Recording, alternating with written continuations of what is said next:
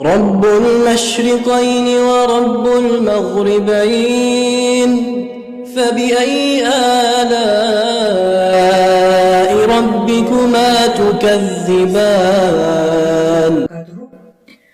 آئے آگے دیکھیں گے ہم دوسری آیت الرحمن.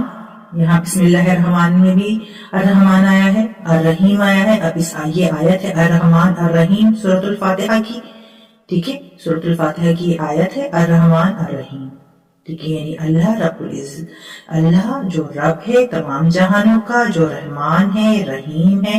آگے اس اللہ کی ہی اور صفت بتائی جا رہی ہے دوسری آیت میں, مالک. ٹھیک ہے, یعنی مالک ہے.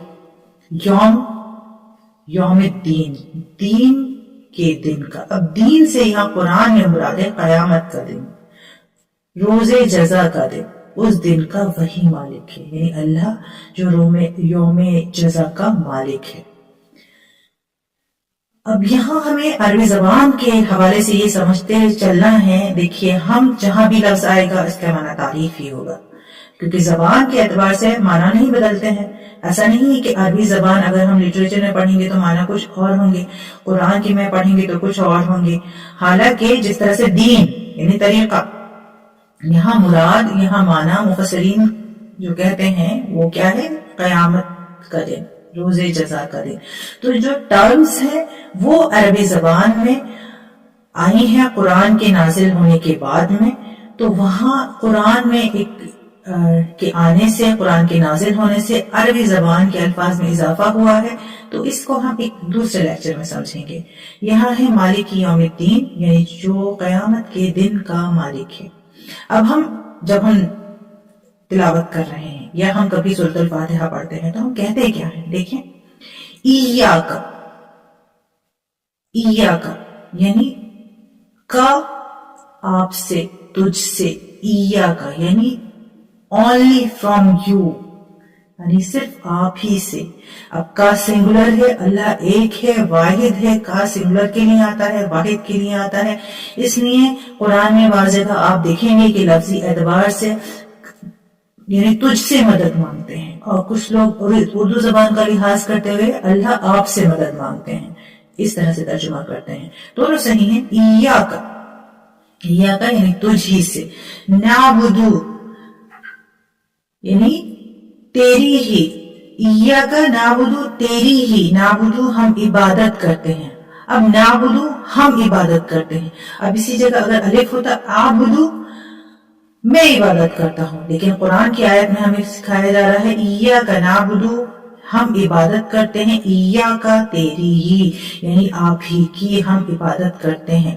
واہ یعنی اینڈ, اینڈ اور کیا, ایاک اور تجھ ہی سے, نستعین ہم سب مدد طلب کرتے ہیں.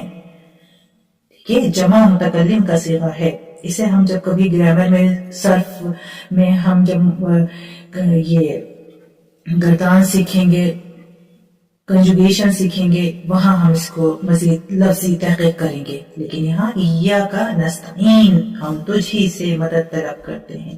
اہدنا یعنی ہمیں ہدایت دے نا, ہمیں اہدی اگر یا ہوتا یعنی مجھے ہدایت دے, لیکن قرآن میں ہے, قرآن کی آیت ہے جو نہیں چینج کی جا سکتی ہے.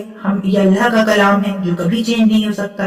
اہدنا ہماری ہدایت فرما, ہمیں ہدایت دے. کس چیز کی ہمیں ہدایت دے؟ الصراط, الصراط یعنی ایک خاص راستہ ہے. صراط یعنی الف لام ہٹا دیجیے, کیونکہ عربی زبان میں الف لام کے آنے کی اور الف لام کے نہ آنے کی کسی بھی اسم پر ایک بحث ہے جسے ہم دوسری جگہ سمجھیں گے. الصراط یعنی ایک خاص راستہ ہے.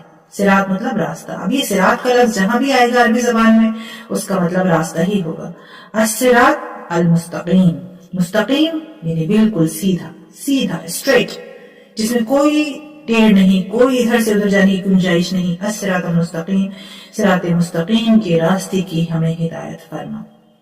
اب اس راستے کو اور ہم اپنی دعا میں ہم اللہ سے کہہ رہے ہیں. سورۃ الفاتحہ میں اللہ ہمیں سکھا رہا ہے صراط راستہ. کون سا راستہ؟ الذین, صراط الذین راستہ, الذین ان لوگوں کا, انعمتا, انعما یعنی انعام کیا.